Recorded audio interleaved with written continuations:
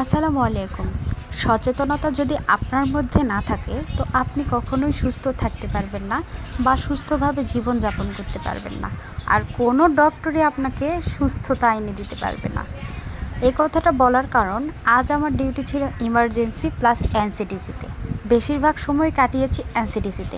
এনসিডিসিতে থাকার মধ্যে বেশিরভাগ রুগীর বিপি অ্যান্ড ডায়াবেটিস চেক করার পরে দেখা গিয়েছে সব কিছুই হাই।